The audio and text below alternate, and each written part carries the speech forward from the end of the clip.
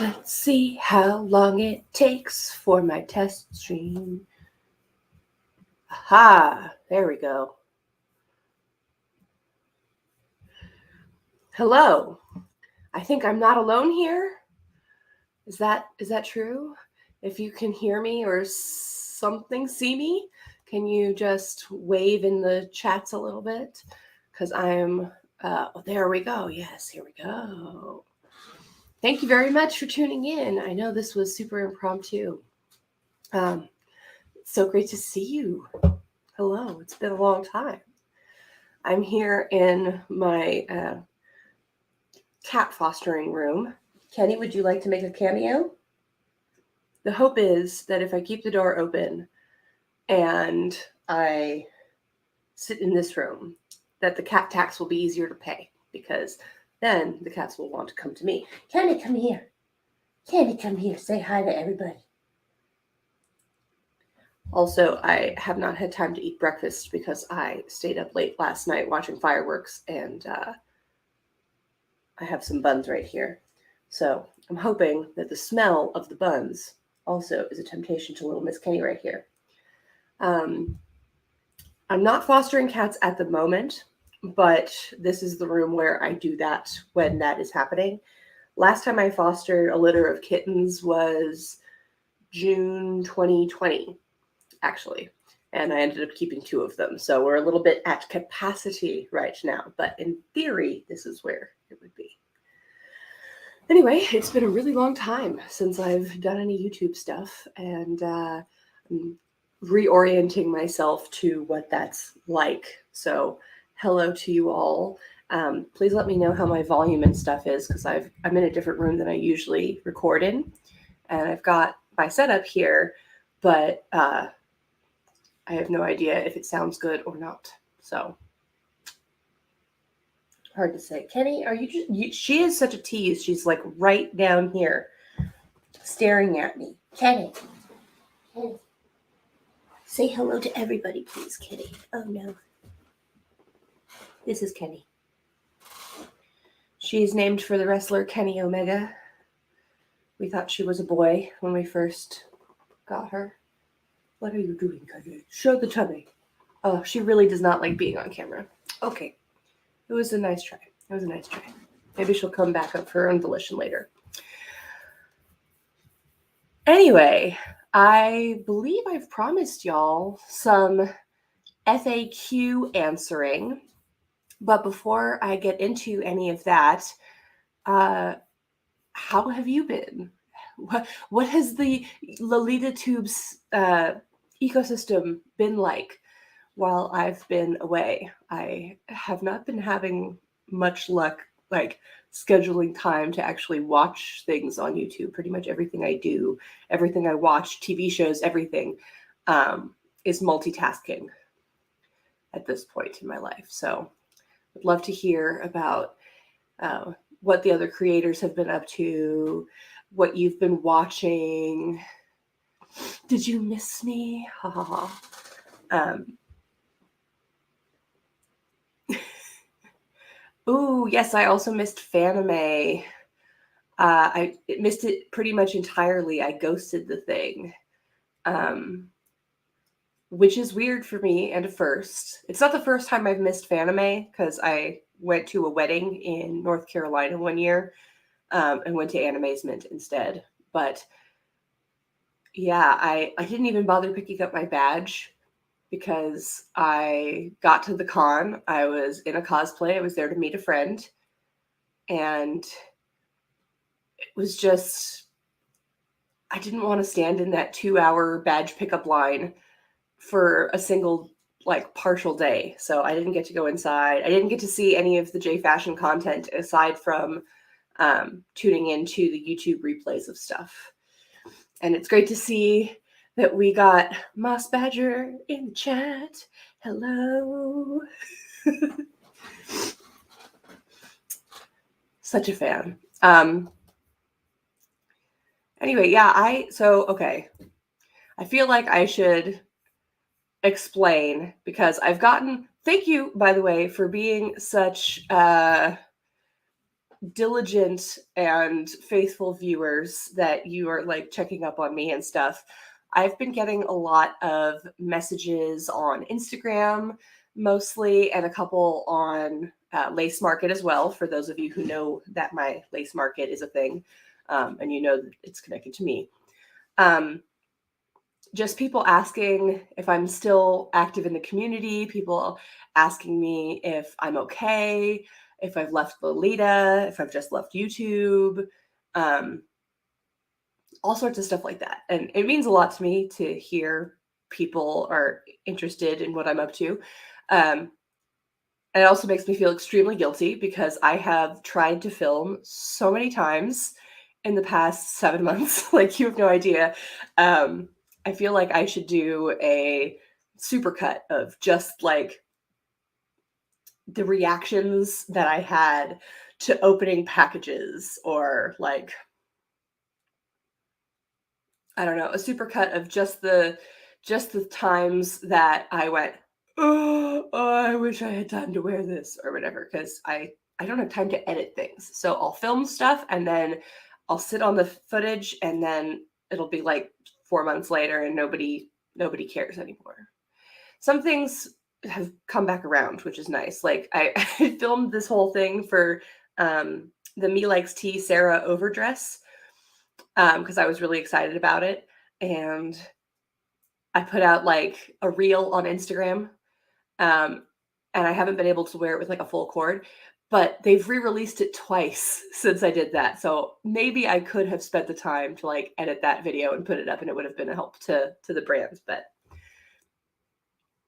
overall, it's just like, oh, like why would I bother spending like literally 8 to 14 hours, depending on the video,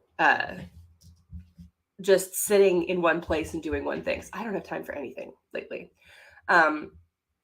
I have dressed up in a Lolita cord twice in the past 7 months. The first was when I got my Sugar Cookie Circus from the Angelic Forest package. I filmed a bunch of stuff for that. It's never going to see the light of day, but amazing dress, highly recommended. And I liked it so much that I just like got into a simple cord to hang out on my couch and eat pretzels, and it was awesome. But I didn't get any photos of it, and that was like already a huge step for me. That was like the first time in months that I had put on a dress. And then most recently, I was in an arm wrestling tournament, and I wore the new Meta, what's the name of that thing? Wonder Queen Trump something. The one with the black cats and the playing cards that looks like an Alice in Wonderland fantasy. I wore that for the arm wrestling tournament, and I won, which was insane. So I was doing athletics in full Lolita, which was fun. People were very dressed up for it, though. Like, there was one of the other participants was a burlesque dancer, and she was in her full like burlesque fantasy, complete with like the feather boa and everything. It was fabulous. There's this great clip of me going out to meet her for our match, and I'm looking at her and I'm looking at me, and I'm like, I thought I was high femme. This is crazy. Anyway, so I've been doing a lot of stuff, but it's been very difficult to find the time and the energy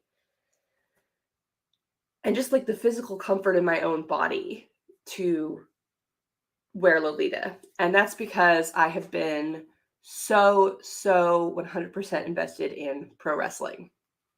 Surprise. If you've been around the channel for a while, which I can see by the chat, most of these names are people who I've recognized from other, premieres and stuff. People I know in person, people from brands that I love, like, warms my heart. But y'all should probably know by now that I am a pro wrestling enthusiast and that I'm training to be a pro wrestler.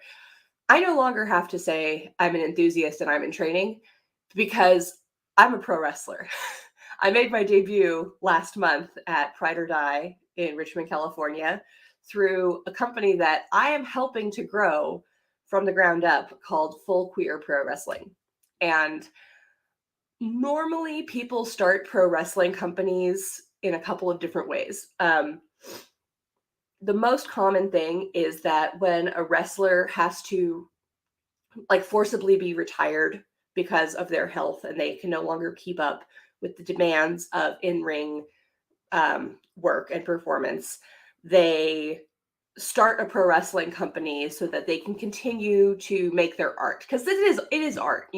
There's storytelling involved, there's theatrics, there's a lot of long-term planning and stuff. So people who can't get in the ring anymore but still want to be a part of it will go to work back behind the scenes or start their own company using their connections to try to get it off the ground. That's like the number one way that things happen. New businesses crop up.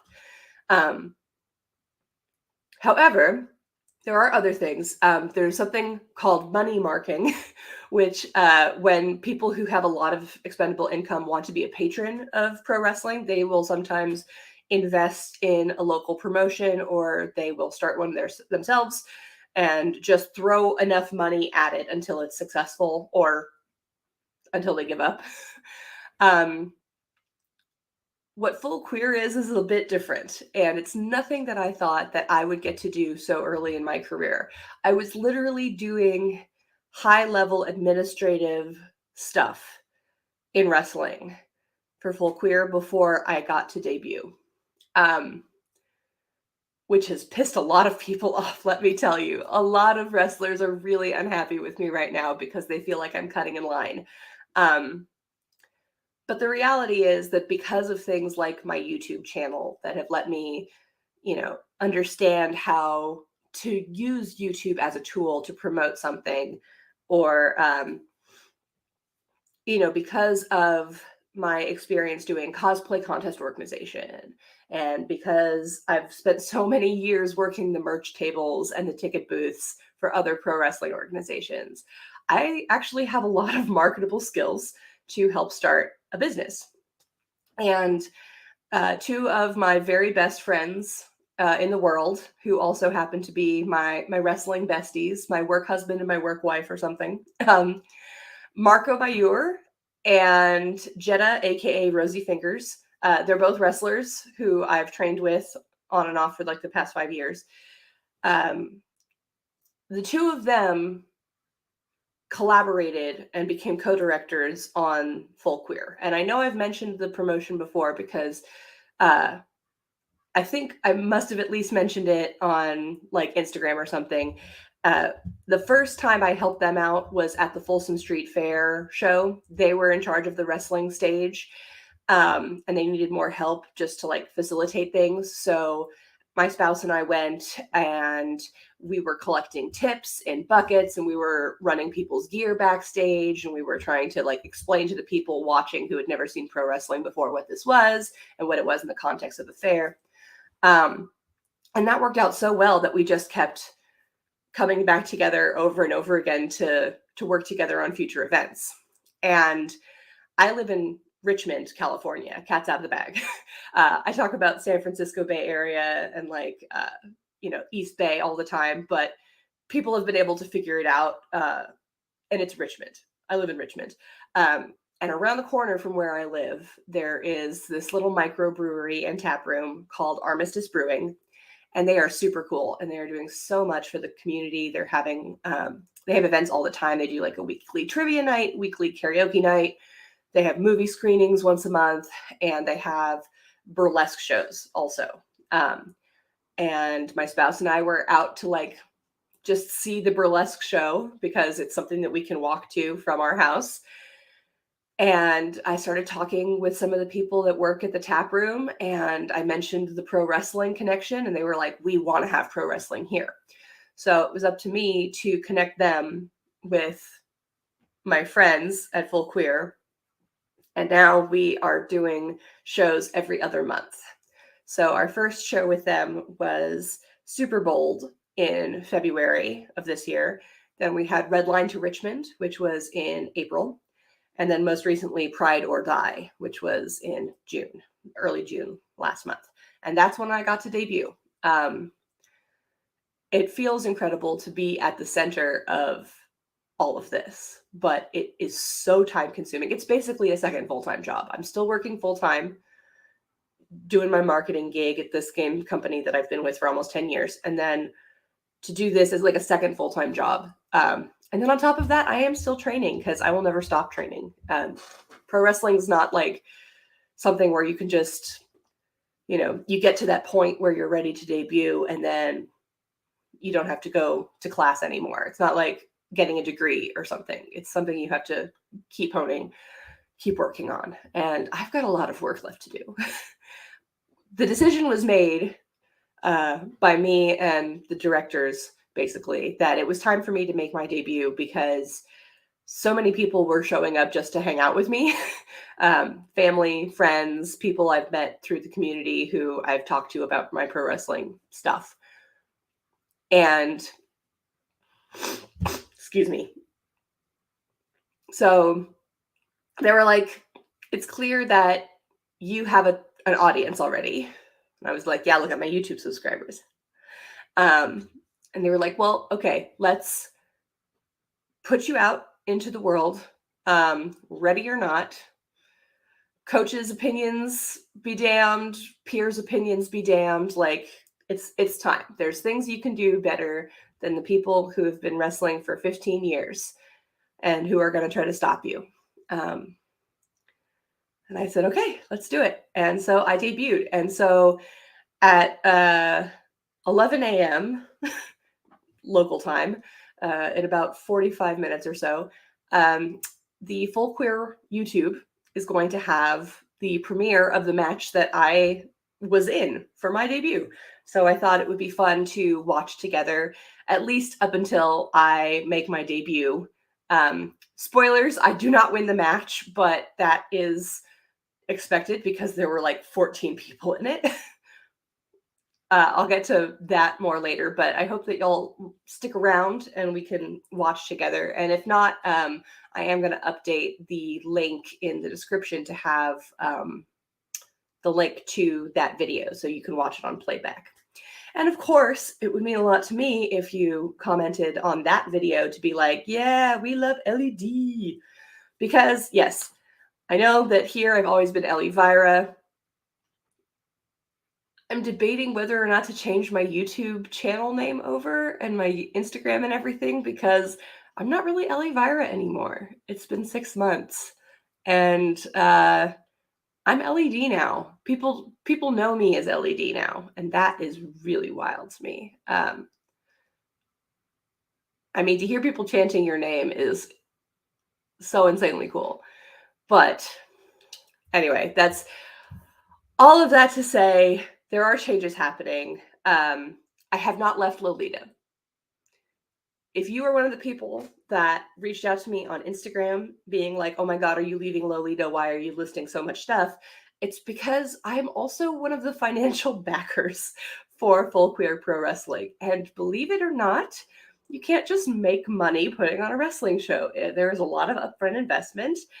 And it is very time consuming as well to raise funds. We've been soliciting sponsorships.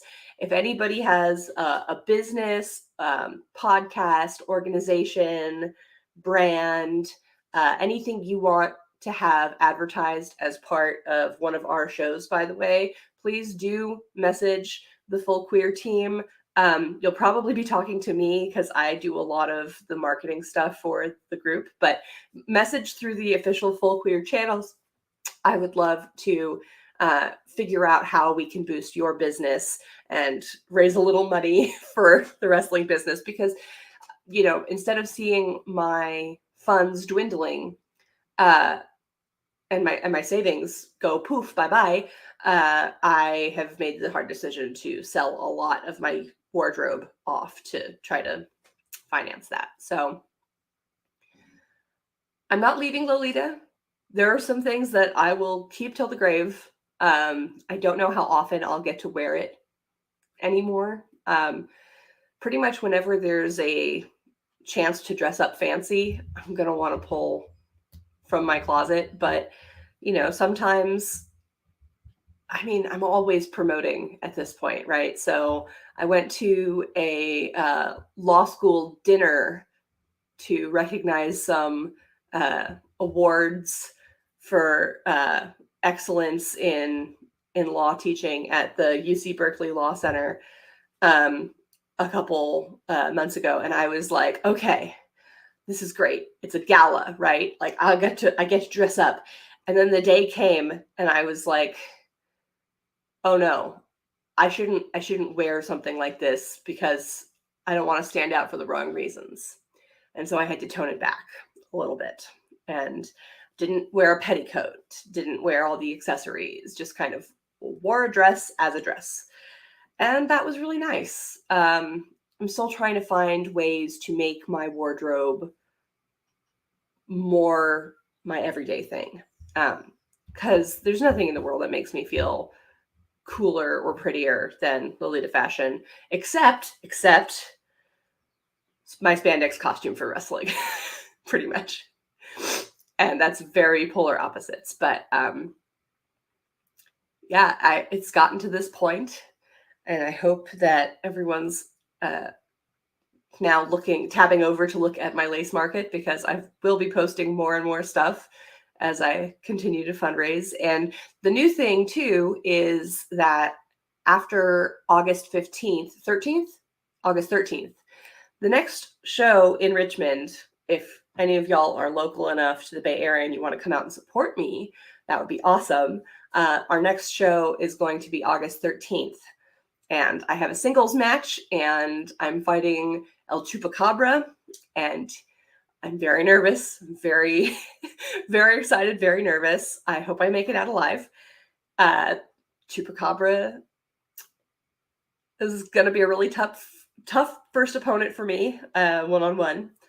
But after that match, I am going to start taking bookings elsewhere. So the big thing that I'm saving up for right now is a newer, better hybrid car, because as wrestlers, you have to drive to pretty much every opportunity you get. If it's far enough away and the promotion can pay you to come out on, an airplane, and they can pay to put you up somewhere, that's really a sign that you've made it. Most pro wrestlers, especially when they're just starting out, basically just go around their local area. They'll go to neighboring states. They'll go around their own state. And they'll get as many opportunities to wrestle as they can that way. And I basically cannot do that in my current car. I drive a 2010 Honda Fit. It doesn't have a backup camera. It doesn't have, lane departure warnings or blind spot monitors. And the more I drive it in the late nights on the roads back from these shows and stuff, it's so dangerous out there.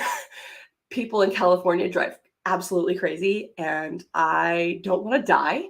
So I need a car with more advanced features than what mine has to keep me safe and also comfortable on these long road trips. And ideally, I'm going to get a car that is large enough as well that if I needed to, I could go to a dispersed camping site or an RV park or something along my route, and I could sleep in the back of it if accommodations aren't, available.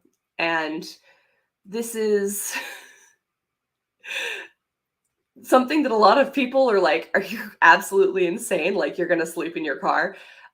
This is a reality for pretty much every wrestler I know. I know wrestlers who don't have cars and really, really rely on their friends to help them get to places. And I am lucky to say, like, I don't have to do that to the same extent as like my friends. But I want to be able to help them too. So, I ideally like an SUV that'll still fit in my garage because my Honda Fit is teeny tiny, so I don't have a lot of garage space. But something that will fit in my garage, get really good gas mileage because it's a hybrid, and have enough space in the back for me and maybe like one other person to crash if if we've driven 12 hours to get to an out-of-state booking and we show up and it turns out that the "we'll put you up for the night" is you get to sleep on the floor of this random wrestler's apartment and his dogs are going to lick you in the face overnight. Like, that sort of stuff happens all the time. And I hear a lot of horror stories. And I have so many allergies and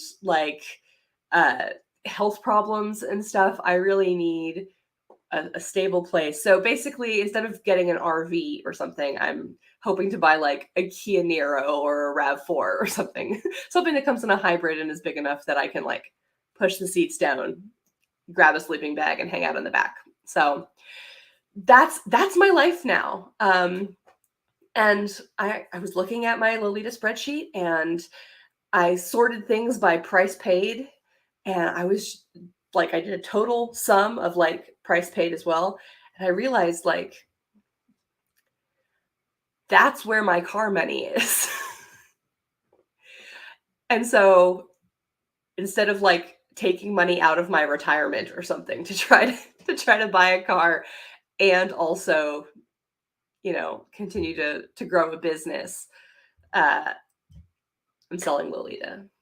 So if you are a plus size person, if you're not plus size but you're in the mood for some like accessories, I'm gonna be selling as much as I can bear to part with, basically. I've never been one of those people who had a really,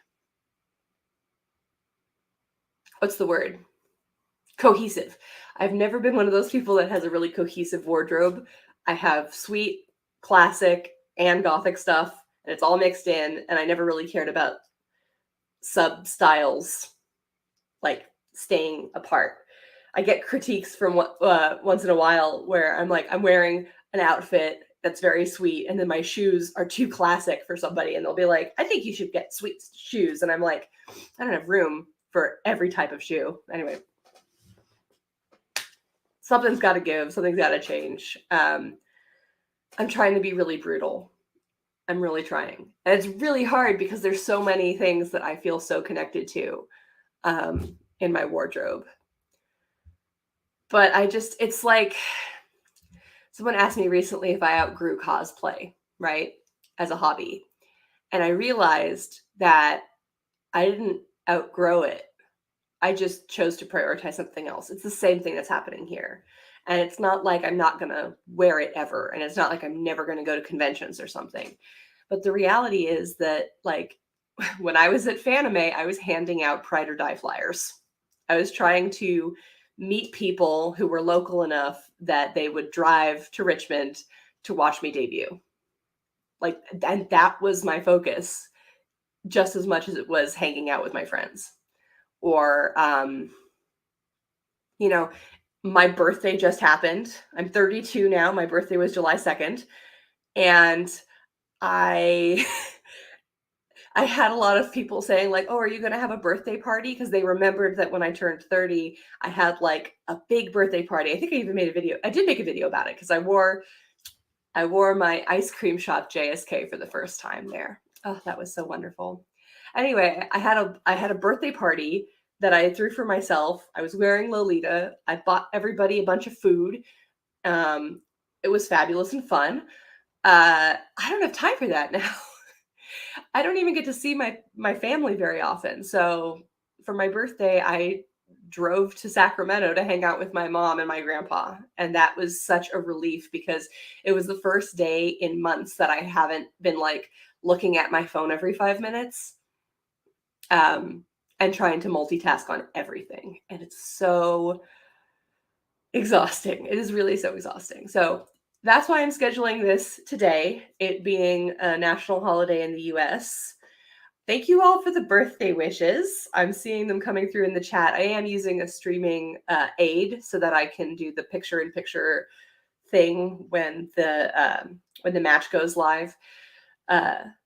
So they're coming through a little delayed, I think, but I really appreciate that. Love to see you guys. What else did I say I would talk about? I don't even remember. I know that people have been asking, about my Mirror Me website. Thank you also to the 4 really hardcore brand supporters of my Deco mirror accessory brand. Yeah, that business is essentially closing. Now that I'm trying to do stuff with Full Queer, that's where all my time and energy is going. I'm working on shutting down my big cartel, and I'm moving all of the pieces onto Etsy, where it'll be cheaper overall. Instead of paying a $10 a month fee, I'll only have to pay relisting fees that are like 20 cents per listing, and get a chunk taken out of the proceeds. So it's not like I'm spending money for the opportunity to make money. It's more like I only spend it when I've already made some. So I hate Etsy, but that's what we're doing. And I'm also going to be putting up wrestling gear that I've made. That's my other side hustle. A lot of wrestlers in the area really want to wear the quality of stuff that I'm able to make, which is awesome. And they don't want to work with somebody who's like on the other side of the country or really, really backlogged. So I've been taking on clients here and there. And when I need to test something out, like a new technique or a new pattern, I just make a one-off and then I sell that separately. So if you are interested in a mirror brooch, prices are going down. I'm just trying to get them out of my house because I made so many of them and that was so much fun, but now I can't keep making them and I don't want to store them. So please take a look, message me on Lace Market or Etsy or whatever if you want like a whole bundle. I'll just like make something custom for you. Just let's make a deal. So I loved making those. It was so relaxing. I don't have the time anymore. Literally 3 to 4 days a week, I'm at the training center, 2 hours a day minimum. I'm in the ring, rolling around, learning to give and take moves, going through practice matches. And then on the weekends, I'm usually trying to get some sort of hustle going with either making gear or promoting Full Queer shows. So yeah, closing that business down, but it's not for naught. Hopefully I can, put that money that I would get from that towards the car, towards the business. But it was nice while it lasted, right? And every piece is one of a kind. So that's something nice to hold on to. I keep thinking about, the defunct brands in our alt fashion communities, stuff that was made as a one-off or stuff that was produced more en masse, but for some reason the creator stopped creating. Kuma Crafts comes to mind because I believe the artist behind Kuma Crafts passed away very suddenly and very tragically. And I have a bunch of Kuma Crafts pieces, and every time I reach for them, I think of their creator and stuff. Like that's the kind of nostalgia I'm going for. If you have any of my mirror accessories, hopefully you look at them and think of me fondly. Let me catch up on the chat. LED is easier to chant, said by Mindy. Yes. I mean, Elvira. It's a thing. They could do it. Wrestlers find a way. But yeah, LED is what I get, and it's awesome. It's wild too because it's such a memorable name. A lot of people are like, "Ooh, that's really good." Like, "Oh, you picked a good name." And I'm like, "It's literally my name though. My shoot name, my government name is Elizabeth, and my last name starts with a D. So like LED, it's like it's actually my name. So it's a stars aligning kind of thing.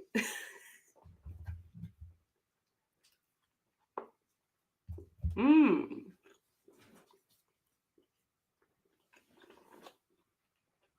Thank you to Caitlin, who's talked about their own nonprofit.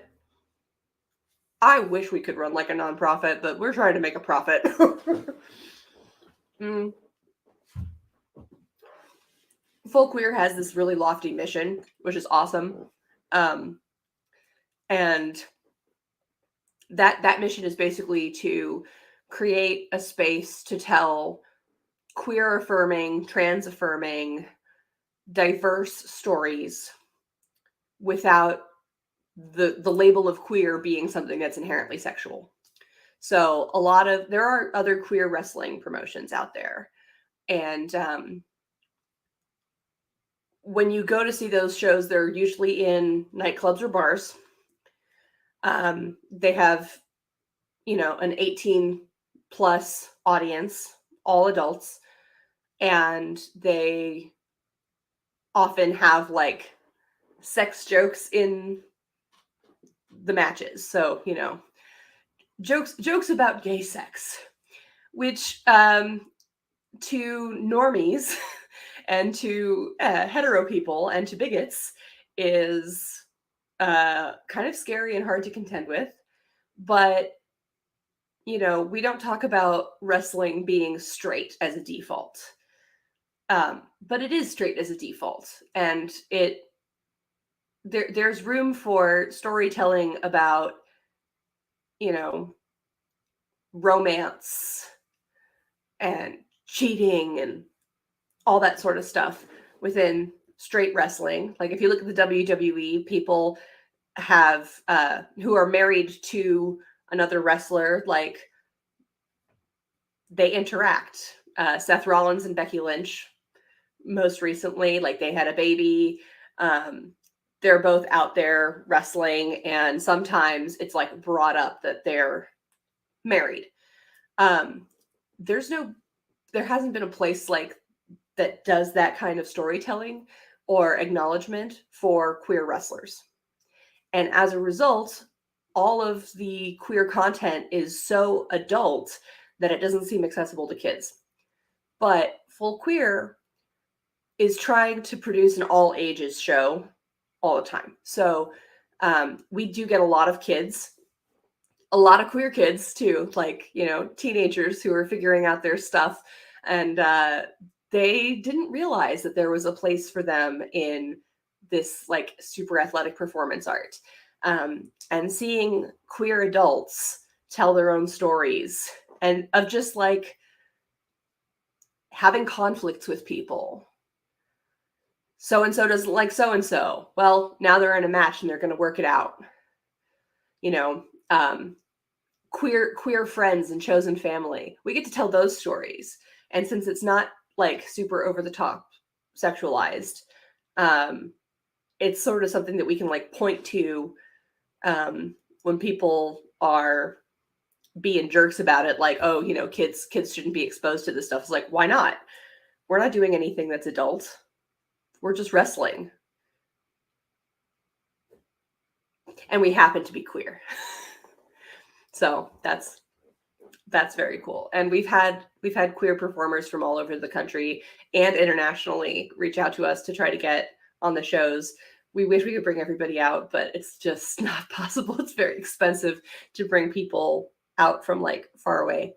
But at Folsom, we should have a really good card. We've yet to announce anything too specific, but just know that if you're in town for the Folsom Street Fair, come by the wrestling stage and you might meet some people that were on TV. That's all I'm going to say. Have I researched Shopify? I have not really. I know that I did back when I was just starting the mirror thing. and it looks like something about the business model I think was like more expensive up front, or the fees were bigger. I'll have to look into it again, but I just don't have the bandwidth to really invest in learning and maintaining a whole other system also. But Full Queer needs an online store. So if I'm going to be doing it for Full Queer, I might end up, changing over for myself as well. We'll see. But thank you for the reminder. I do very much appreciate it. Katie says, I'll put it in order right now. Ah, thank you so much. Yes, please do. I should have figured out a discount code before doing this. I can't set it up right now because we're on stream, but if you message me before you put in the order, I'll send you a discount code for like free shipping or something. I'll figure it out. I'll give you a discount because, I see you. Looks like I figured they'd chant, "Let's go, Ellie." Ah, yes, let's go, Ellie, let's go. That could be good. It's just such a nice thing to have options. I mean, some people, they get like very specific chants. And as a wrestler, so most wrestlers have a wrestling journal. I only started mine last week. I have like a public journal that I post with like my thoughts about training from time to time on my Facebook. It's like for my friends and family. And then I have now this, composition notebook with a bunch of stickers on it. That's the trendy thing. And you're supposed to like make lists of things that things that you want to learn, stuff like that. I have a page that I'm working on that just says dream chants. things that I want people to chant at me. Because there are very specific, prestigious chants. If first of all, as a promotion, like as somebody who works for the promotion, when somebody chants the name of your promotion, that is the coolest thing ever. We had that happen. We had that happen at Redline to Richmond in April during the main event, which was a three-way tag title match. Somebody started going, "Full queer, full queer, full queer." And I was like, oh, that's amazing. But another really good one that I've always wanted is "This is Wrestling," which people usually chant one of two times. One, when somebody's being super ridiculous, and it's pro wrestling, but it's not like wrestling. It's not what people think of as wrestling. And that's people being like, yes, this is the art form. This is your art. This is wrestling. And then there's like, this is wrestling as in this is extremely technically good. And I would take either. That's the dream. Also, "Ellie's gonna kill you. Ellie's gonna kill you." I would love for somebody to chant that at me. Usually it's when like the underdog crowd favorite is about to, get angry at the big bad heel. I am not a heel at Full Queer. I'm a face, which means I'm the hero. People want to cheer for me, at least for now. So it would be nice to get that while I'm still so good, before I have to resort to any devious means in order to win. I hope I don't have to, but we'll see.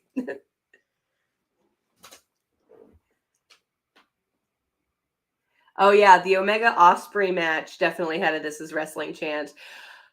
So the one thing that I still multitask while I'm watching like AEW, WWE, Impact, IWTV. I follow wrestling all the time. I'm always watching more wrestling, and I try to watch a mix of current stuff and old stuff, because the old stuff that has like lasted, that people who have been into wrestling for longer than me can recommend to me, is like, okay, what about this match had the staying power to make it worth recommending. That's really cool. But as far as like what's new, what's current, I think AEW's tops. They're my favorite. And Kenny Omega, who I named my cat after, she's not here.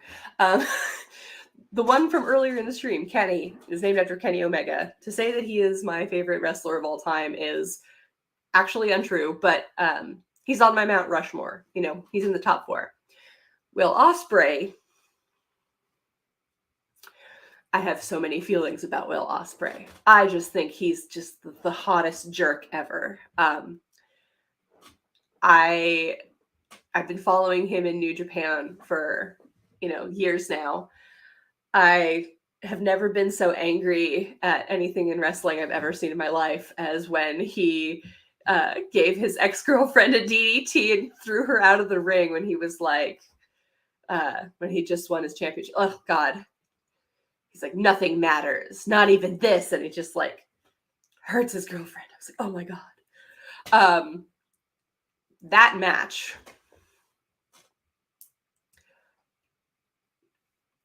match made all of Forbidden Door worth watching. Like, I really thought that Okada versus Bryan Danielson, who Bryan Danielson is like my actual number 1 wrestler that I aspire to be like of all time. I thought that match was going to be the bangeriest banger. But no, Kenny Omega versus Will Ospreay was really great. For those who are not wrestling fans, imagine 2 JoJo's Bizarre Adventure characters bloodying each other up by punching each other over and over again.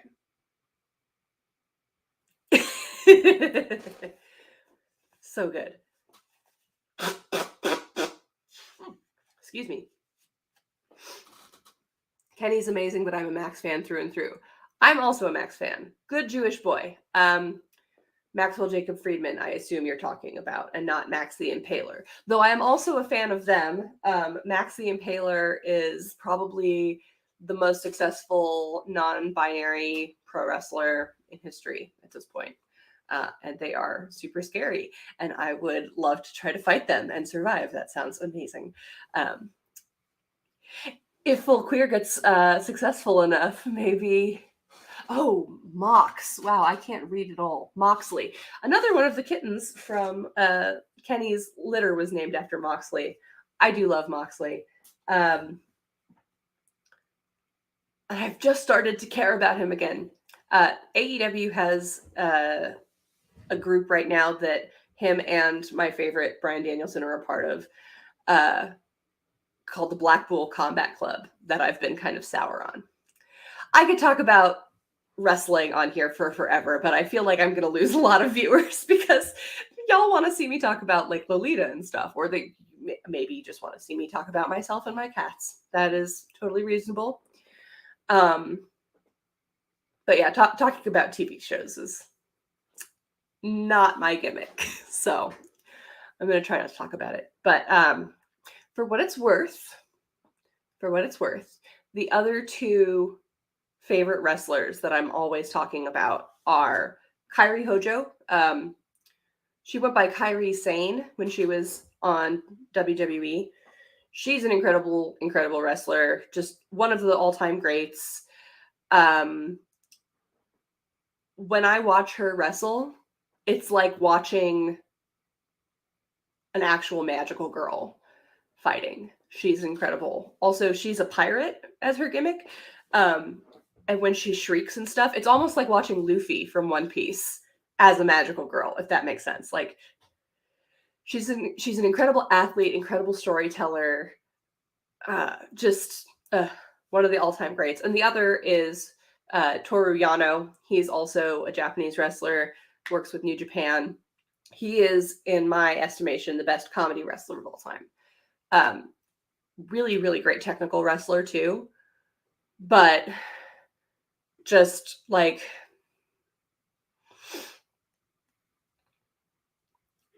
next level with his comedy. He was an excellent technical wrestler, an excellent worker, And then he started doing silly things. And he's actually the reason I started looking for sponsorships. If you don't want to sponsor Full Queer, you can still sponsor me. Help me get that car, you know? But yeah, so his whole thing is he just looks like he's having so much fun every time he has a match. And when he gets really serious, it's like, ooh, it's on. And I want to be able to do both, but I dream of the comedy wrestling personally. I just think I'm a goofy person. And that's just how it is. Imagine Kairi Sane and Alice and the Pirates. Right?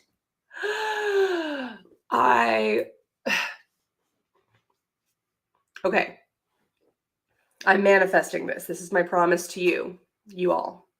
If I'm ever famous enough to get on TV for wrestling, and I make friends with all these famous wrestling women, I am going to do my damnedest to get them dressed up in Lolita and film content of that.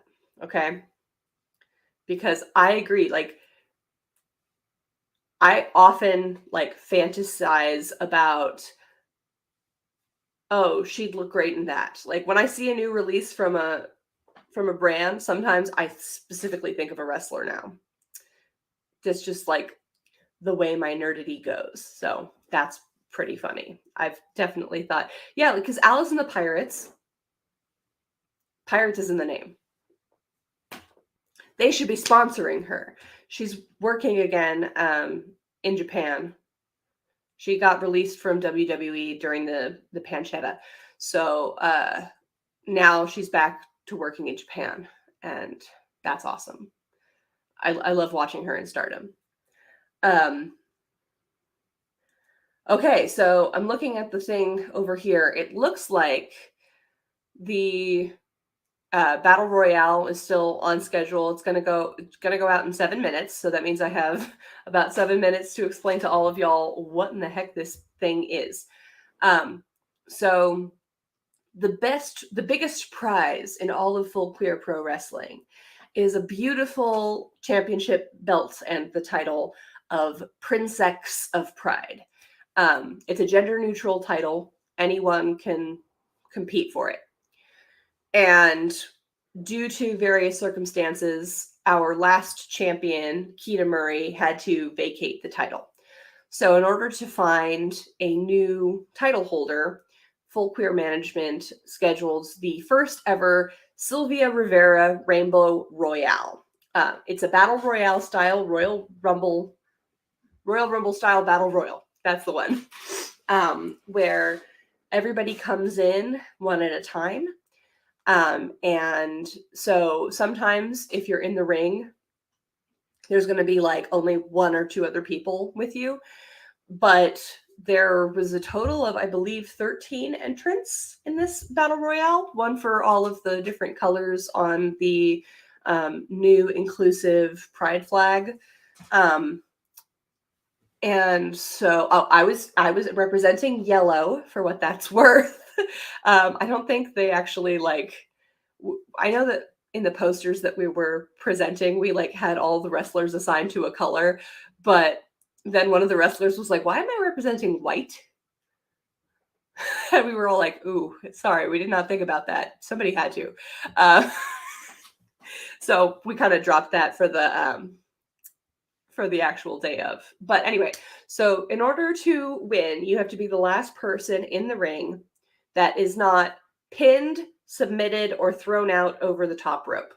If you go out of the ring from between any of the ropes or under the ropes, then you're still in the mix. But if you get tossed out over the top, then you're out.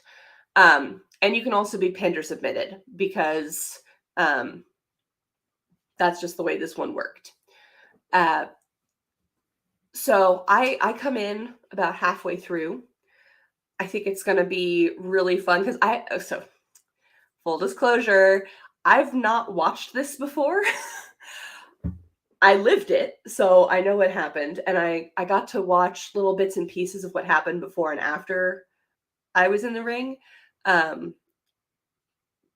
this is the first time I'm going to watch the edited final match of like the final version of the match. So I'm really excited. I'm probably going to cringe a lot when I get out there on my own.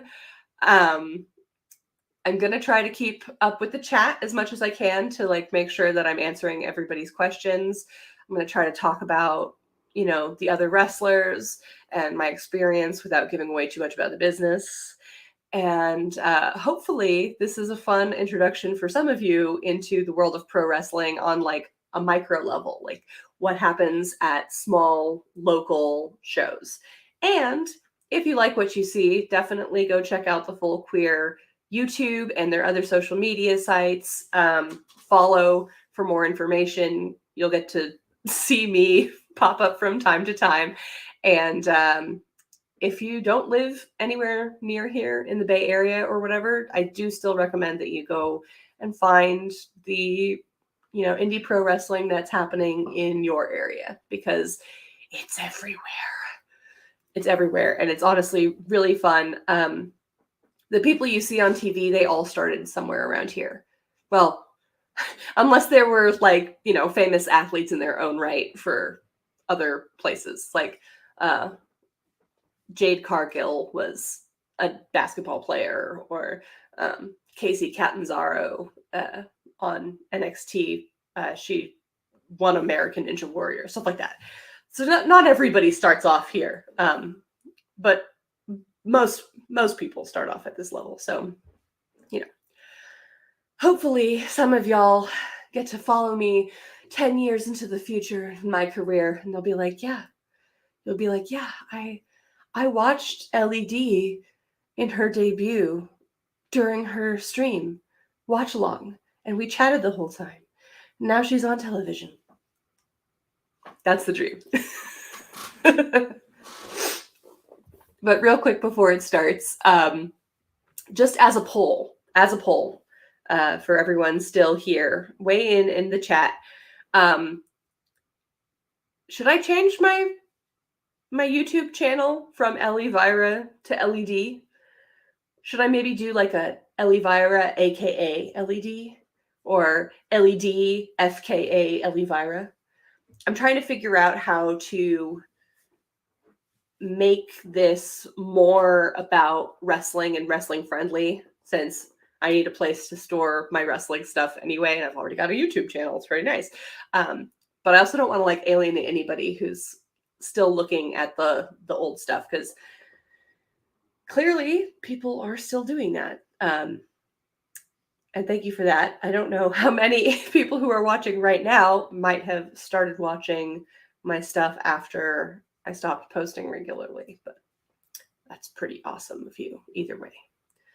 All right, I think now is a good time for me to try and figure out the presentation settings here.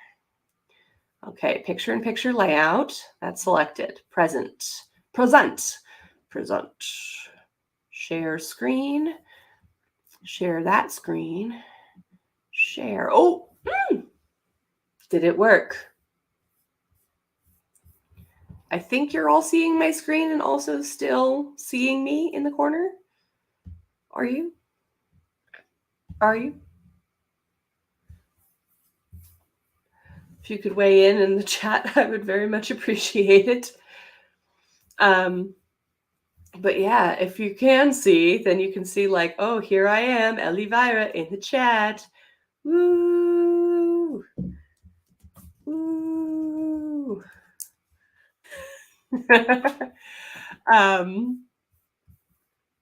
So I can show you this.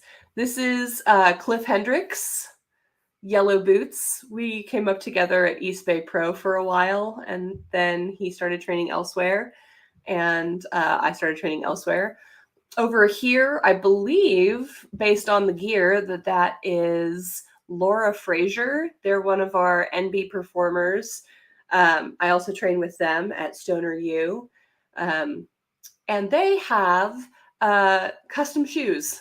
Yes, I believe this is their custom shoes, because they have like a deal with this design company where they can like create their own versions, and then they like sell their shoes.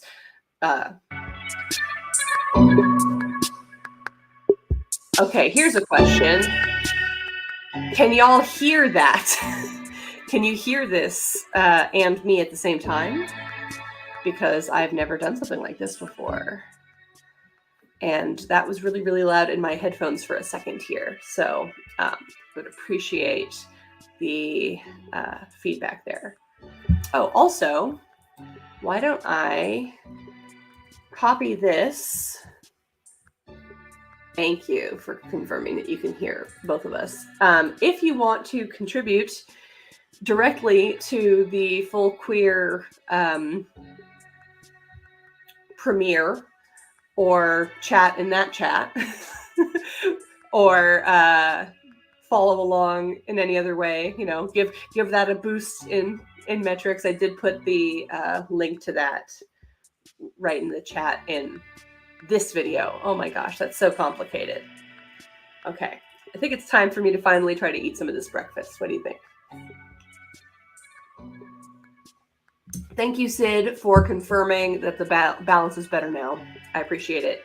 Yeah, everyone, you got 40 seconds. Go get some snacks. Let's all hang out and watch wrestling together and eat some snacks.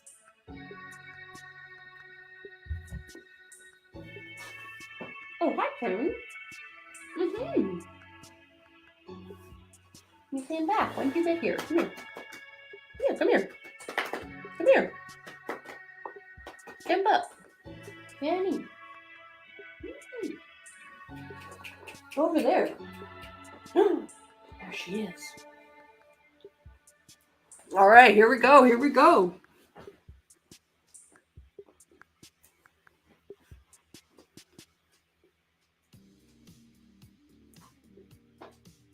Here we go. All right, so.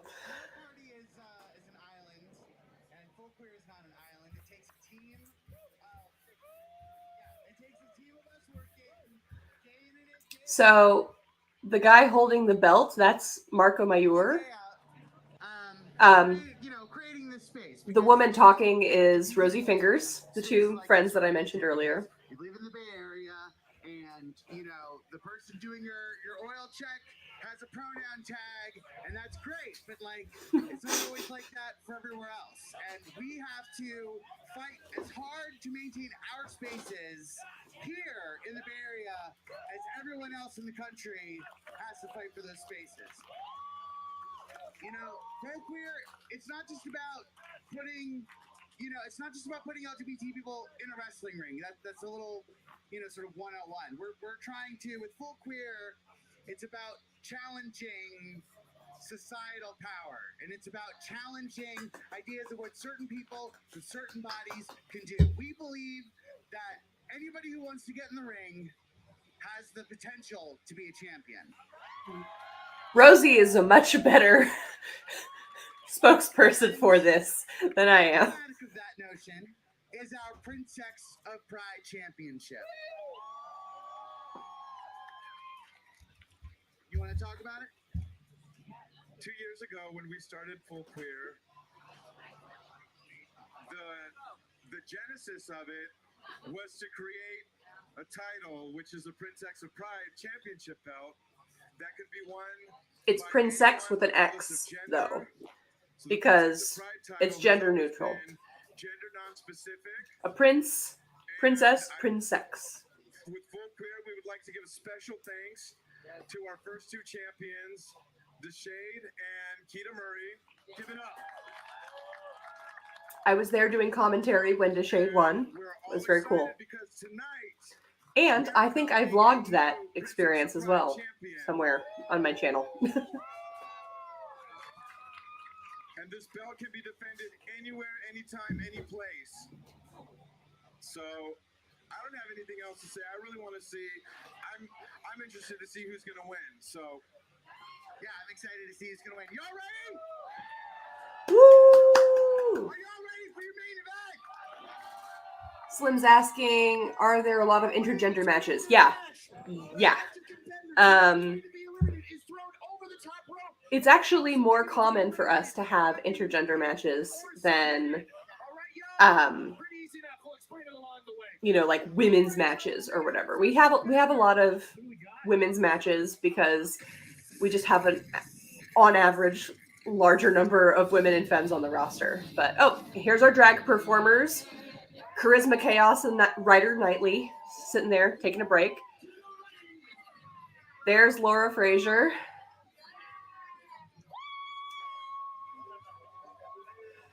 They're a close personal friend, a fellow Stoner U student and trainee,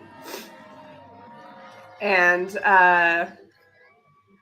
our what is it they called themselves? The end be all end all of wrestling. Yeah. I recently started calling them the genderless adventurous because they used to work at Disney as a cast member, and they were a skipper on the Jungle Cruise ride.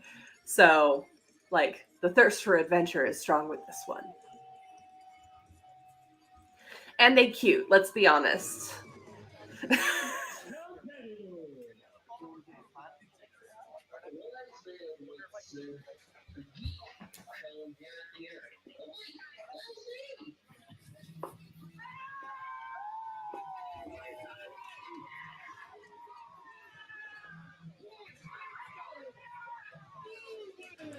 What they doing all the way over there?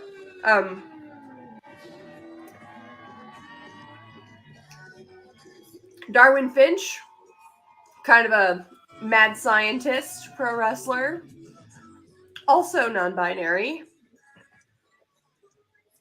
and a bit of a punk rocker, both in attitude and aesthetic. Their hair reminds me of Mickey Mouse ears. Yes, I believe that is the reference. To me, it reminded me of like kind of the stereotypical Harajuku girls look that Gwen Stefani appropriated so famously. But I just think it's cute. I love the little pom-poms.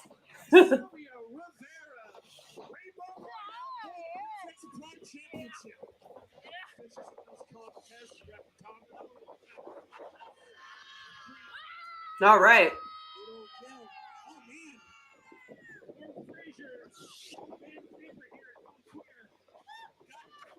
Whoa.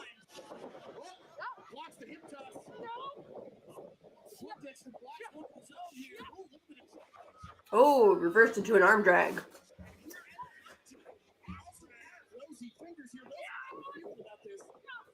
It's wild, it's exciting. That is indeed a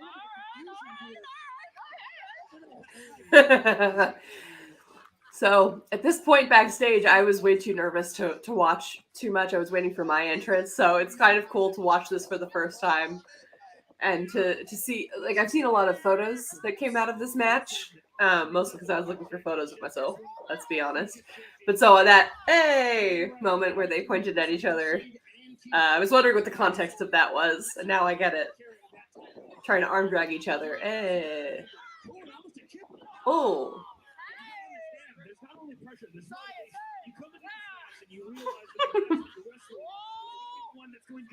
Yeah, science, ha! Darwin's scientific mind really showing the expansiveness of their expertise, showing that lucha stuff. I'm eager to see who else is going to be in this. Oh my goodness. Almost a 2 count. I've never had my arm stretched in that submission before. That looks painful.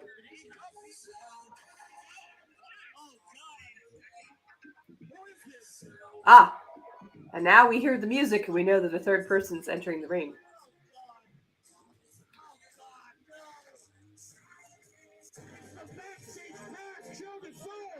And it's Joe DeSoul.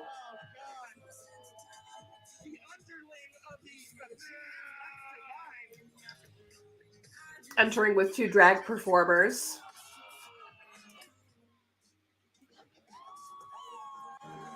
That's cool. Now, these two have had quite a rivalry, actually. Laura Frazier and Joe DeSoul. They have had a series of really impressive matches at the Stoner U Dojo shows, which you really have to be local in order to enjoy, because It's basically a student showcase where the people that train at Stoner U get to show off what they've learned in matches in front of a very small, very exclusive group of people. You kind of have to know that they're happening to get in and see them. But yeah, it doesn't make the quality of the match suffer at all. Because, like, let me tell you, these two, they've really gone to war.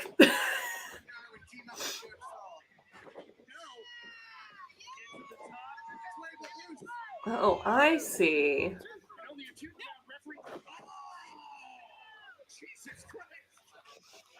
So I'm starting to get it. Ooh. I like that twist in the air elbow drop. That was cool.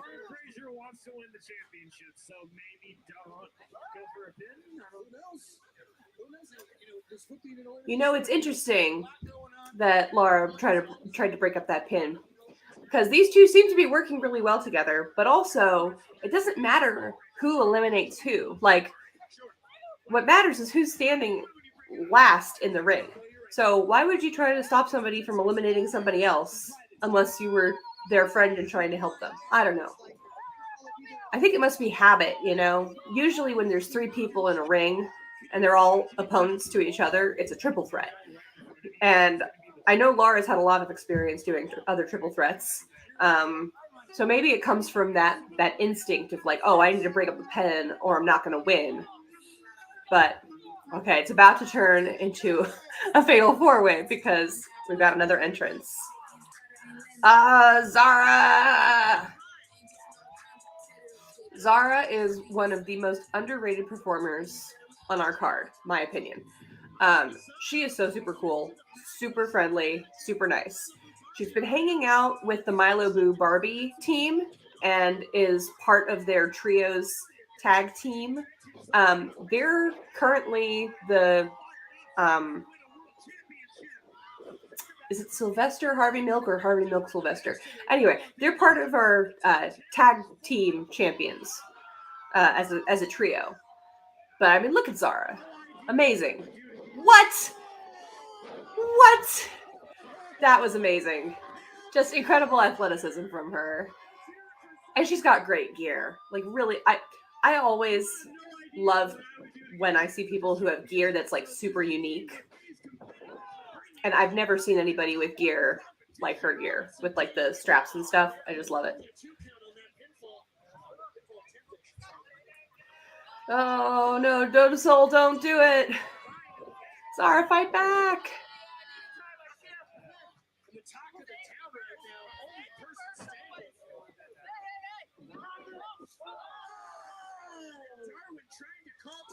Darwin Finch just lost a couple IQ points. And is Lauren going to go up for the top rope? Oh, just caught our commentators accidentally using the wrong pronouns and correcting themselves. Cheers to making mistakes and correcting yourself.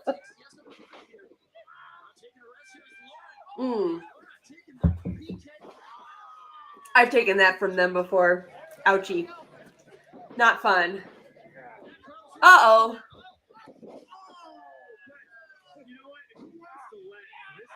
All right, we're going for a submission.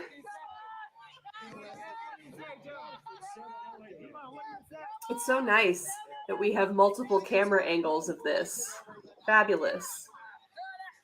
Don't have to miss a thing. Oh! Uh-oh. Still no eliminations yet. I really thought that might have been the first one. I was not paying enough attention when this was actually happening. Oh, here we go. Cliff Hendricks from the thumbnail.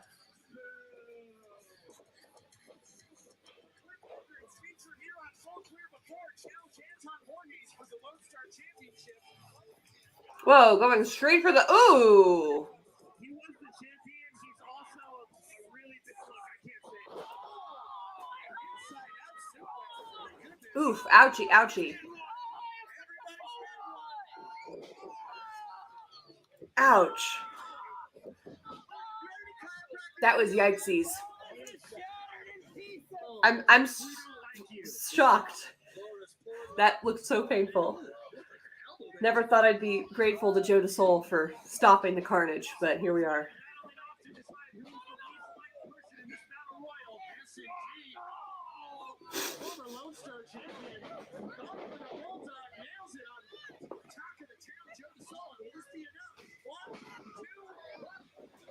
So you'll notice that there are referees all around the perimeter of the ring.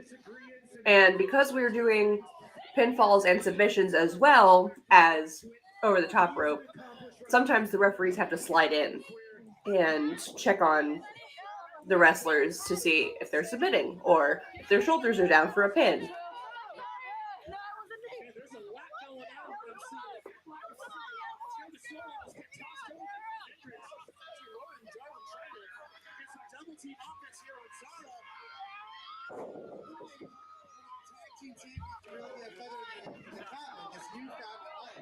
That is true. Oh man, Joe DeSole almost going over the top there.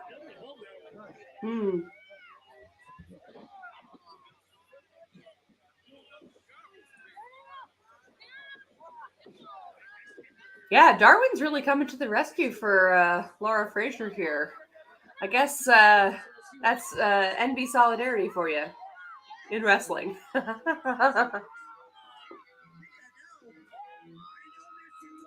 It's no wonder they formed a tag team after this. They're actually now tag team champions at a couple different promotions.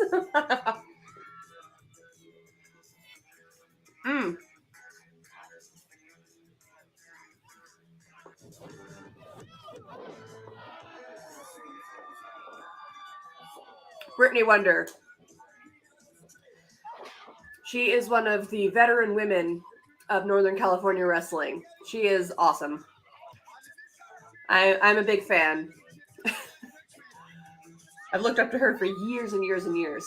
So it's very cool that we're sharing a ring for this. Mindy says, I hope everybody is sunscreened. I know, right? So we can't force the performers to wear sunscreen, but we do provide it backstage, and we have some at the merch table and the ticket table. So any of the fans in the audience as well, if they look like they're turning pink, we go, I'm sorry, we're not your mother, but can you put on some sunscreen? Have you put on some sunscreen lately? No, we spray them down. I'm very happy to say that I did not get sunscreen, or I did not get sunburnt at this event. So my sunscreen was on point. All right, here comes Zara. Uh-oh, that's Milo. Milo is another member of Milo Boo Barbie. She's kind of the leader, the face. Looks like she's out here to help Zara. She had just won her tag team championship match to retain. Okay, Milo. That's nice.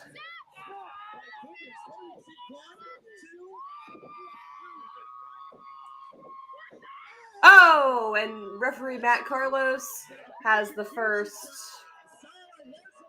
elimination. And it's Zara. Bummer.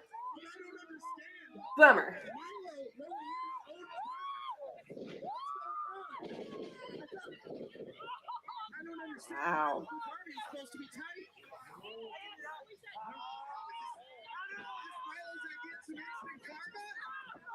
Ouch. Oh my gosh. What are they doing to Darwin? Somebody help them. What are these purple nurples? Awful. Uh-oh. And that's Barbie Boy. So now all of Milo Boo Barbie is fighting? Oh no. Oh no.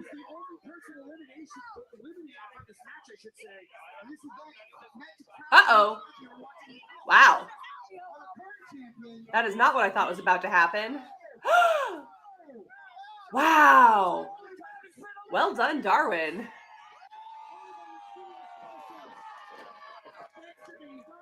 Got Joe DeSole out. Brittany sure took her time getting into the ring like a true vet. Yes. Seriously. She knows what's up. She knows she doesn't need to rush.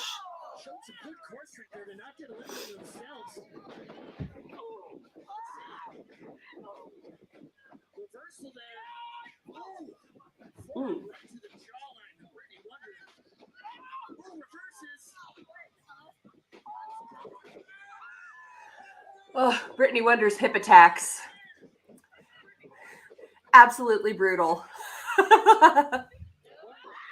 I mean, imagine you're sitting in the corner and all of a sudden a butt is flying at your face and your neck snaps sideways. Ugh. Ouch. Wow. Yeah, I think Laura Frazier and Darwin Finch have officially become allies in this. That's really cool. I missed all of this the first time around. I did not see any of this. Ooh! Spine breaker. Spine buster. This ref is referee Domino. She's also a trainee at Stoner U. She and I train together. Eventually, I believe she wants to become a wrestler, but for right now, she's one of the best refs we have.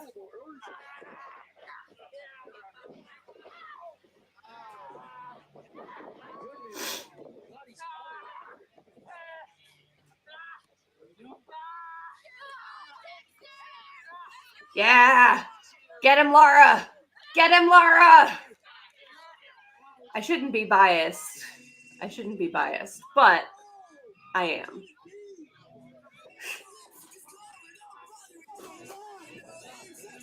What is Brittany Wonder doing to Darwin's boots? That's uncool. Ah, here we go. Brooke Havoc, a young and rising star in the local scene. We've been training together as well, though she started off at East Bay Pro Wrestling. We overlapped very little bit because she started training right before the pandemic really hit and shut everything down. You'll notice she's wearing knee braces on both of her knees. That is because she's had to have knee surgery to fix torn ACLs on both legs. In her short career, she has overcome so much. She's come back from injury twice. Hasn't stopped her at all. Look at that. Holy moly.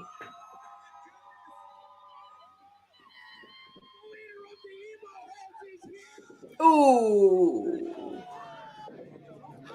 Oh my goodness. I'm very impressed with Brooke though. It's been really cool to watch her grow from literally like day 0 to now. She's done so much. Wow.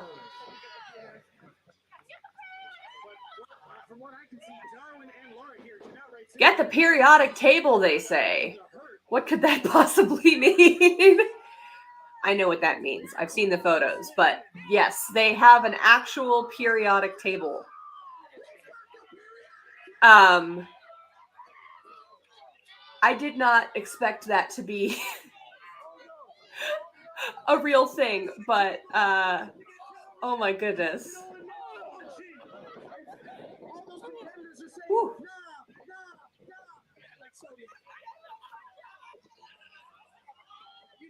You know, table spots are a long-standing tradition in wrestling, and this is a pretty small table. How adorable.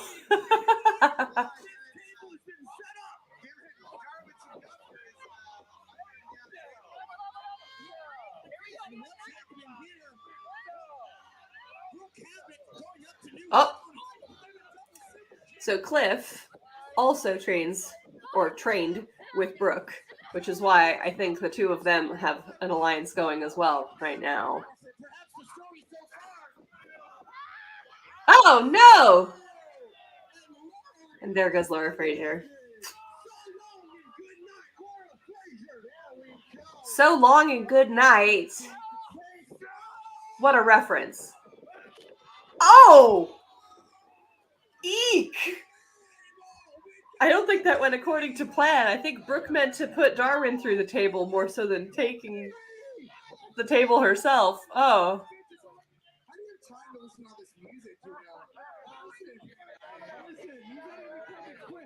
All right, now they're getting the table out of the ring. You know what? There was a leg of the table still around, I think, when I was entering, which suddenly makes a lot of sense to me. I'm like, oh, that's what that was. That was part of the table.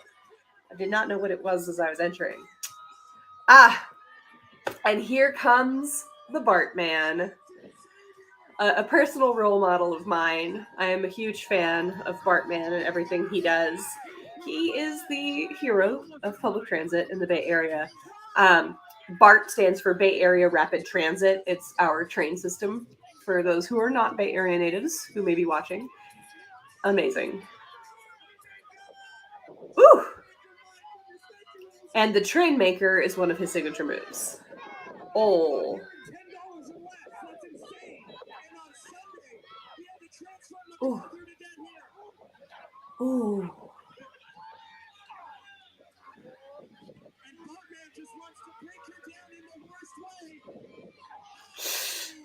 Doors are closing. Ah.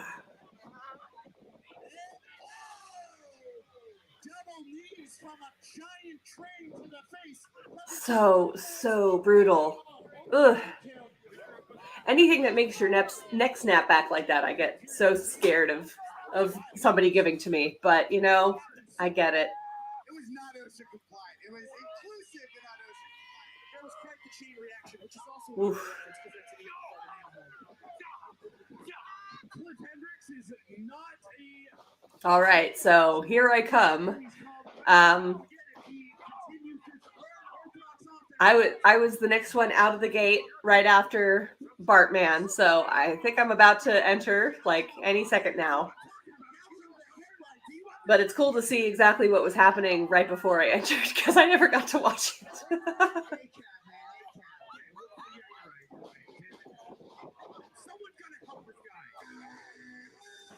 Oh, there I am. That's my music.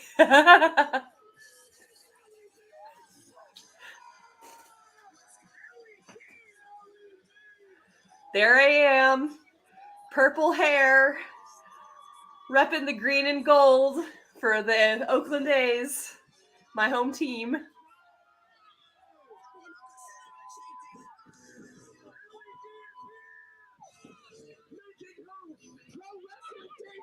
Oh, and I hit Brittany Wonder.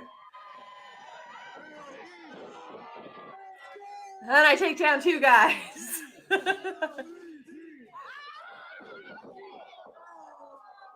Ouch, that really hurt. Oh.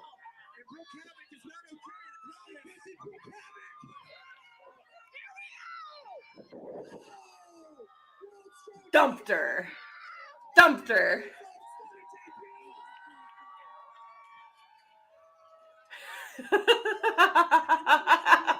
Oh, I'm sorry, Brooke. I shouldn't have done you dirty like that. Uh-oh. Cliff, I thought we were cool. I thought we were cool. Ah, not enough. Oh.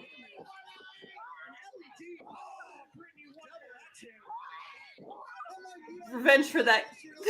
Revenge for that clothesline. Oof.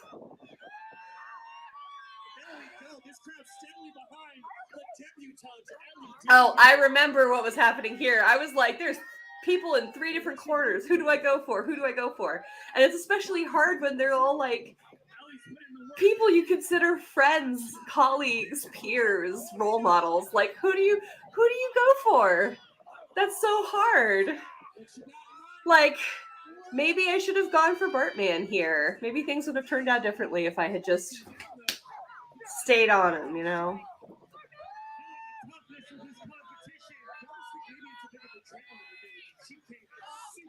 I didn't notice people were screaming for me like that. I'm hearing a lot of, we love you, LED, LED, LED. And that's so cool. Oh, God. I gave him a headbutt.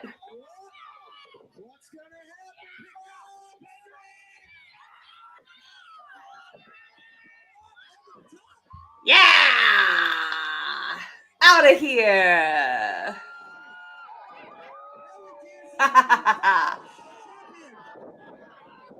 Oof. That was not good. I did not enjoy that stunner. I was trying to protect myself, but and this I didn't even see coming.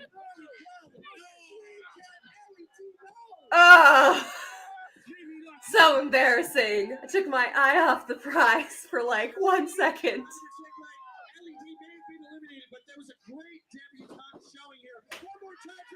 Look at me. I can't even tell what's going on. I'm like, where am I? Oh my gosh. Oh, yeah. And then Ref Corey shepherded me to the merch table where I could sit and drink some water and try to watch the rest of the show. So, yeah, I wasn't in for very long. I was not in for very long. And my two faves, Brooke Havoc and Bartman, teamed up to defeat me. I did not see that Bartman punch coming. His Superman punch was the first time I'd ever been punched in the face by that man. He's incredible. Out comes Joey Smoke. Joey is actually Brittany Wonder's spouse. They're both queer, and they are married. And they are a tag team. They form the Wonder Cats. So that's fun. Uh-oh.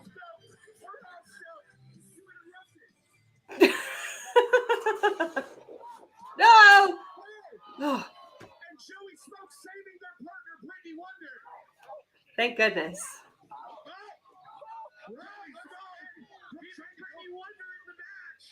Brooke trying to get to that stunner again for an elimination, but Joey Smoke helping out with the other half. No! You should have stayed out there to catch her again. Or at least push her further in, you know? Hindsight's 2020. Oh, the Indie Dependent is in the chat. Big thanks to Walter and Brenda for editing and filming this. It's absolutely masterful. Thank you so much. And thank you for the praise. These two are the NorCal wrestling power couple, as far as my opinion goes. Like, they do photos, they do video, they did all the editing on this that we are watching right now. And so they've been around. They love full queer. Yeah. They know good wrestling when they see it. So it's very high praise. Poor Brooke. I shouldn't feel so much sympathy for her because, you know, she did contribute to my elimination, but that is rough. That just looks very painful.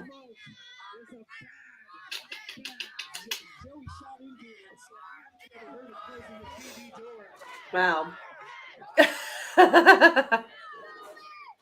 All right, Joey Smoke, you gonna get revenge on Bartman for me?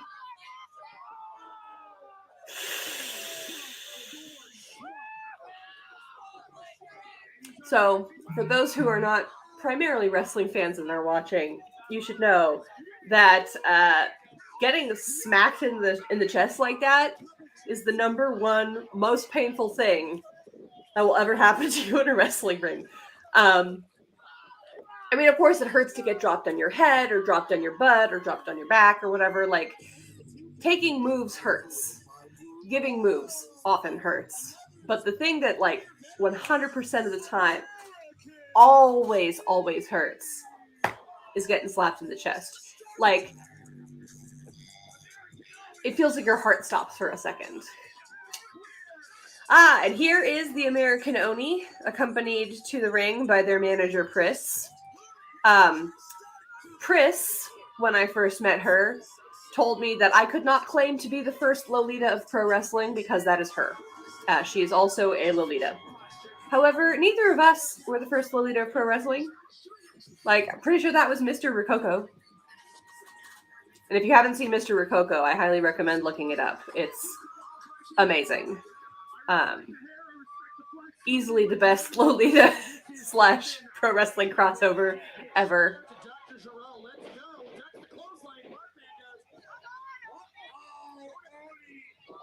Woo! Never seen something like that before. Oni's very strong.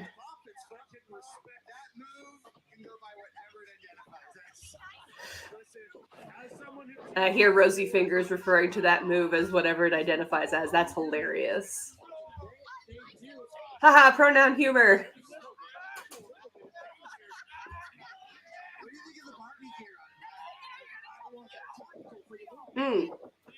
So Malibu Barbie is ahead of the curve. We saw them earlier. They're ahead of the curve. They were doing the Barbie stuff before the Barbie movie made it the thing right now. I also have Barbie gear. I think I put my promo pic in my Barbie gear in the thumbnail for this stream, actually. So you can check that out. But Oni's got some courage to wear Barbie gear on a show where Malibu Barbie is already performing. That is cool. And you can hear Pris shrieking, absolutely shrieking in the background. Hilarious. Oh.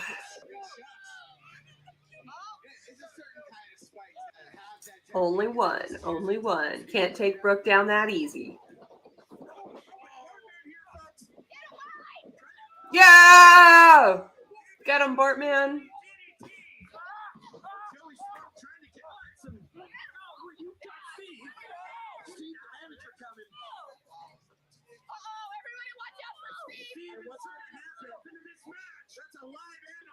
Uh-oh.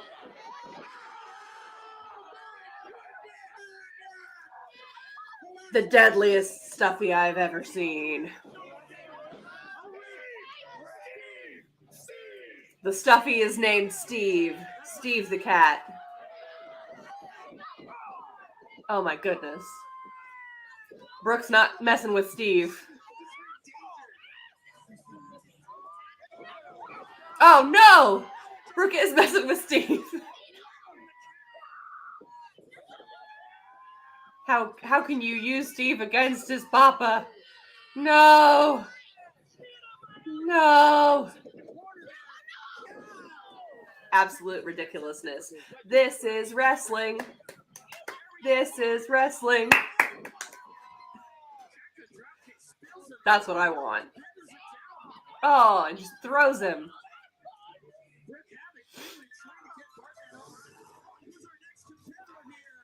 So, I can't lie.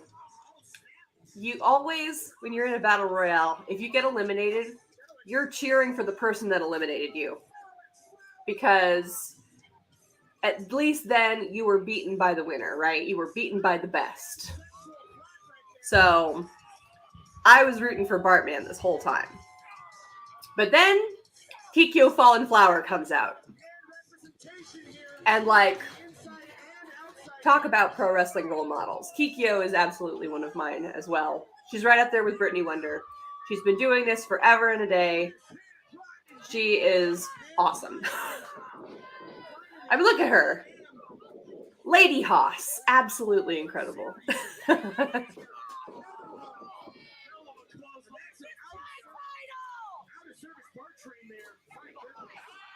And she says, "This is my title.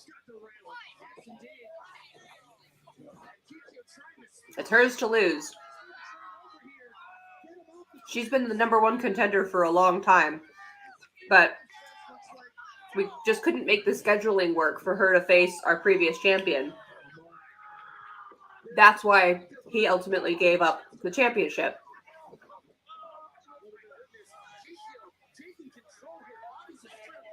So she's been ready for this opportunity for a long time now.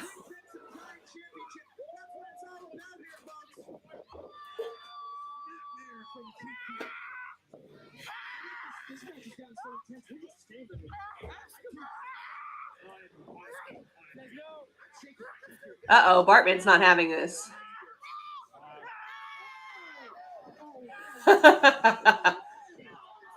Yes! Headlock chains. I love it. I love it. This is wrestling.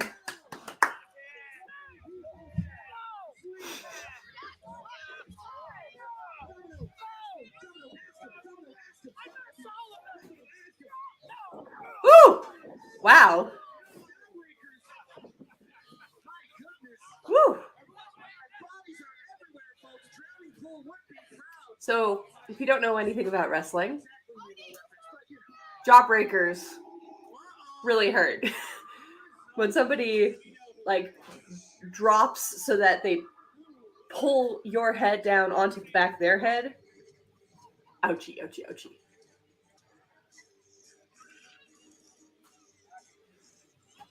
Now, that music could only mean one thing.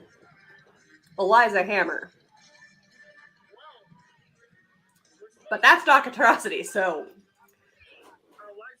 interesting. I know nobody expected me out here right now because all the colors are represented, but what I represent is I represent the spectrum that you people cannot see with your pathetic human eyes.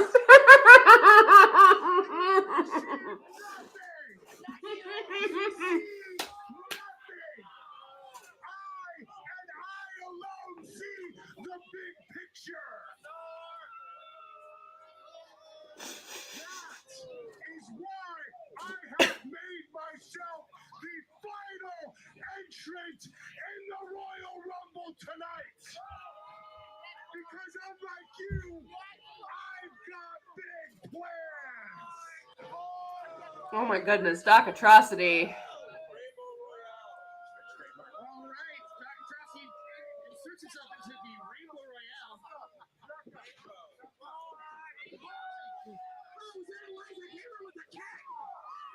Aha! I knew it. That music had to be Eliza Hammer.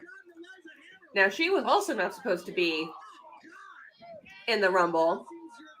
But she made it clear. Ooh! Getting hit in the face with a K. Ouch, ouch, ouch. Yeah, she made it clear earlier in the night that she was not gonna let that slide. She wanted a match. So she put herself here. Oh my gosh. Oh, ouch.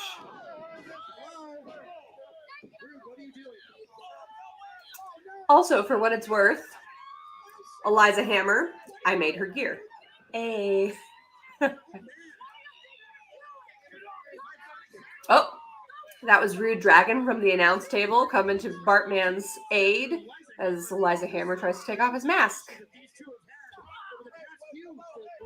You know you're doing something against the rules when an actual broadcast team member comes out to like tell you to stop. The refs can't get you to do it. Broadcast team has to come out. You effed up. Oh my god!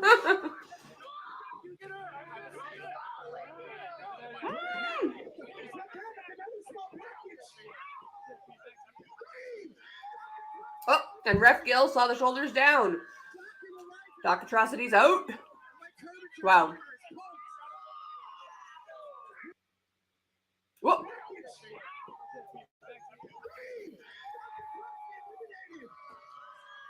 Well, that was a strange thing that just happened. I think my internet might have glitched a little.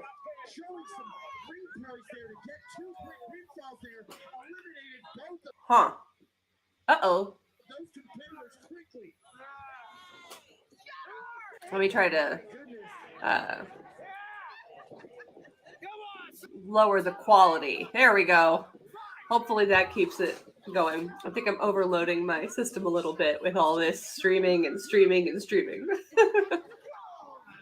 Stream out, stream in, stream down, stream up.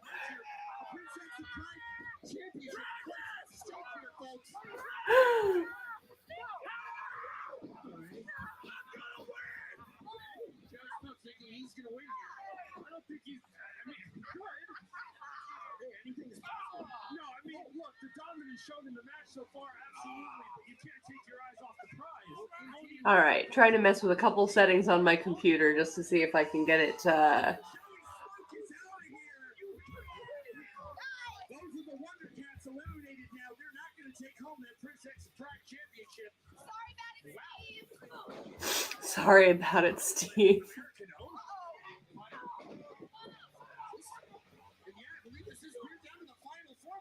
One of these four competitors is going to be your new Prince X Pride Championship. It will be Birdman, it will be Havoc, it will be TKO the Fallen Power.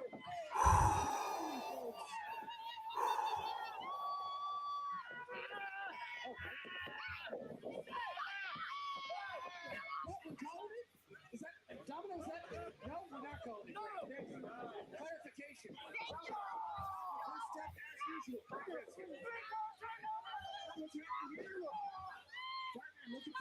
Okay.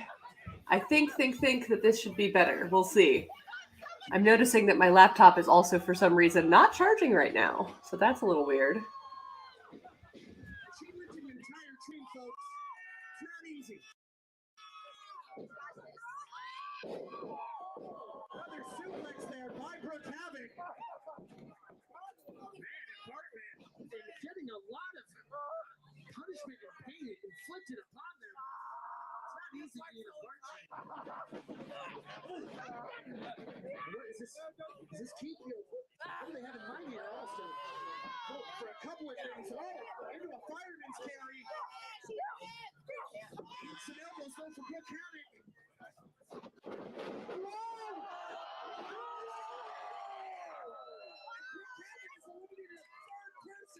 Kikyo's out of here. I told you, I thought Kikyo might have. We're down to the final three, folks. American Oni, Bartman, and Brooke Havoc. Who's going to take home the belts? This is coming down to the wire. And I think this is smart by Brooke and Bart here. Taking out the bigger competitor here. But using that power. There we go. Can you hear me now? Okay. I might have to. Hey, technical difficulties. I just stopped talking. I didn't realize Oni was still in, but I guess that's not true anymore. But yeah, I was saying, I think that I would have expected Bartman, Kikyo, and Brittany Wonder to be the final three. But these are the two that got me eliminated. So if one of them wins, at least I was beaten by the best, right? At least I was beaten by the best. Oh!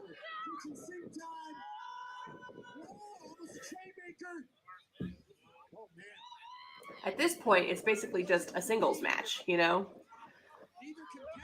That's why we've got one ref, our head referee, Daddy Corey, in the ring.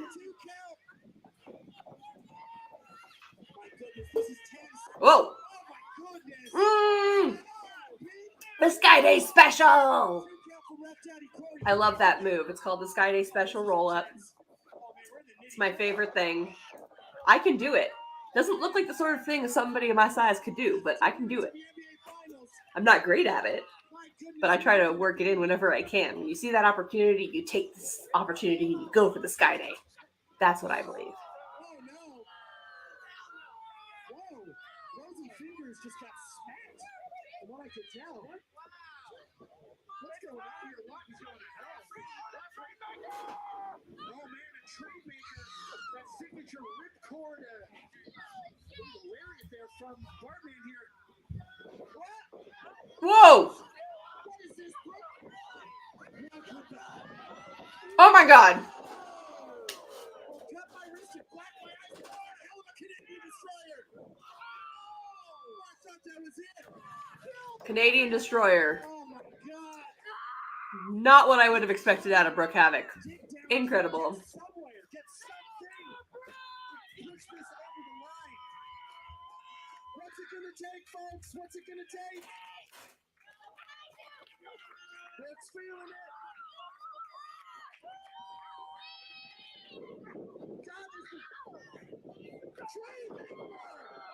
Ooh, Did you hear that? Going to the pin. big old thunk onto the ring. Going to the champion. We might have a new champion here. No. 2.99. We almost had a public transit champion. Oh, my goodness. Bartman's feeling it. Let him hear it, folks. Let both of them hear it. Woof. I think this is what the Prince X of Pride Championship means. Can I get up? Woo, woo. Bartman getting this crowd behind him. Three-car train now arriving. Three-car train now arriving. One. Rose Grill pops the hips. Ooh. Just incredible strength. Incredible. Oh.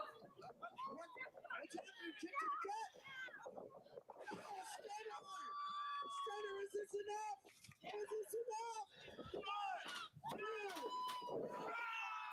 Ah. Rudy, I thought that was stretched out. My head hurts. I'm yelling too much. I haven't seen a championship contest this close in so long. This is absolutely incredible. Woof. Wow. Give it up, ladies and gentlemen. This is what Fellow-litas is all about. The Prince X Pride Championship. Scream and tell your horse. My goodness. What's it gonna take, folks? Clubbing close. No. Obviously, a lot of exhaustion. This match has gone on for Oh my gosh, I heard about this. Okay, wow. I had to see it to believe it myself, but that was Brooke Havoc taking Bartman's mask off in order to pin him. How could she just do that?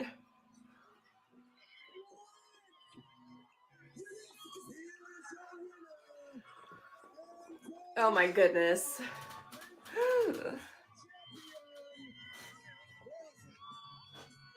Poor Bartman. That is the most violating thing that could ever happen to a wrestler. To have them be unmasked. Oh!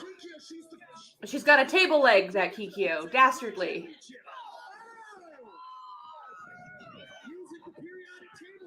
Now here I come around the way with a full queer blanket trying to block the view. I knew Bartman had lost his mask, but I didn't realize how vicious it was. For Brooke to just take it off like that, I don't know. Ooh!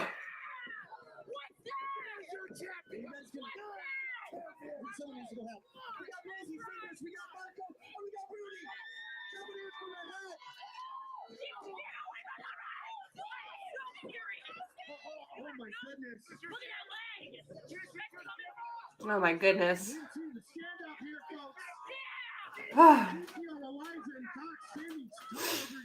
So from the chat, diabolical, indeed. Does Bartman not usually show his face? I don't understand how that works. Yes.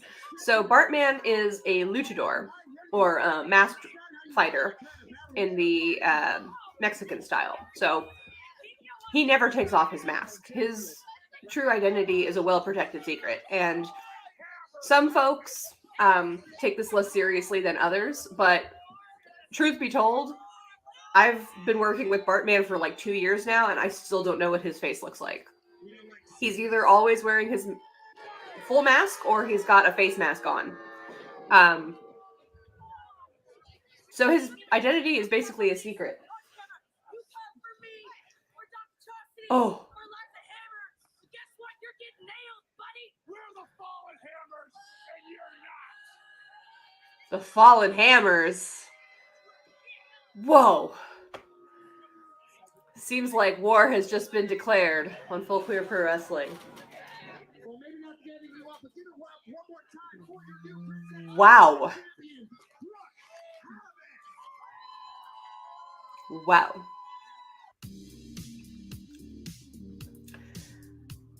And there she is with the belt. Our slightly disputed champion. Wild. well, that was everything I had planned, really, was to watch this with all of y'all. Thank you so much for tuning in to this live stream. Let me remove that. Come on. There we go. And now I can resume my full screen. Yes, there we go. Yes. So,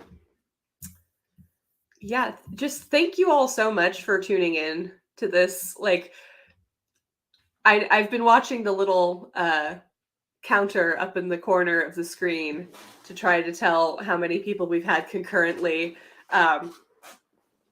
At some points, it looked like we had like 20 people watching, and then that dropped down to like 9 or 10. But thank you all so much for sticking around to watch that with me. That was a really, really wild thing. You know, in the moment, getting out of the ring and like talking to people on the outside and not really getting to watch the match, all I could think about was what I did wrong. What I wish I had done differently, what I could have changed to make a difference, and maybe, you know, stay in a little longer, maybe even win. And I can't stop thinking about that. But watching it back, I'm still really proud of how I did. You know, you only get one debut, and the crowd was behind me, and, you know, I got in a couple of good licks. I eliminated Cliff Hendricks. It was a good first showing. And I will have other opportunities. So if you liked that, if you thought that was cool, please do try to come out to Richmond on August 13th. Marina Bay has a lot to offer the community. We're getting things going out there, and Armistice Brewing is going to be hosting us once again. And I will be fighting the Chupacabra. So it'll be a lot more of me. More that felt like, you know, 30 seconds or something that I was actually in the ring. But this will be, you know, my first chance to really make a name for myself, and hopefully, you know, if I can win, which I'm not sure I can, but I'm going to try my hardest. If I can win, then that might be, you know, the first of many things to come for me, and I can try to get the Princess of Pride title for myself someday, or the Lone Star Championship title, or the Microaggression title, or maybe I'll find a tag team partner like Laura and Darwin did. I mean, you find some tag team partners in the strangest spots, and, you know, I kind of thought maybe Laura would want to tag team with me someday, since we worked together. We've tagged before in like practice matches and stuff, but, you know, they got their stuff going. Thank you so much for tuning in and for your words of encouragement and congratulations. It means a lot to me. I understand everybody's got plans today, it being the 4th of July in the States. If you are in the States, you are probably about to go do something. So yeah, just stay safe, watch the roads, try not to get into trouble. And hopefully it won't be so long until my next stream video thing. Maybe on my next day off, right? Okay. Thank you all for tuning in, sending you all my love, and bye for now. How do I end this thing? Ah!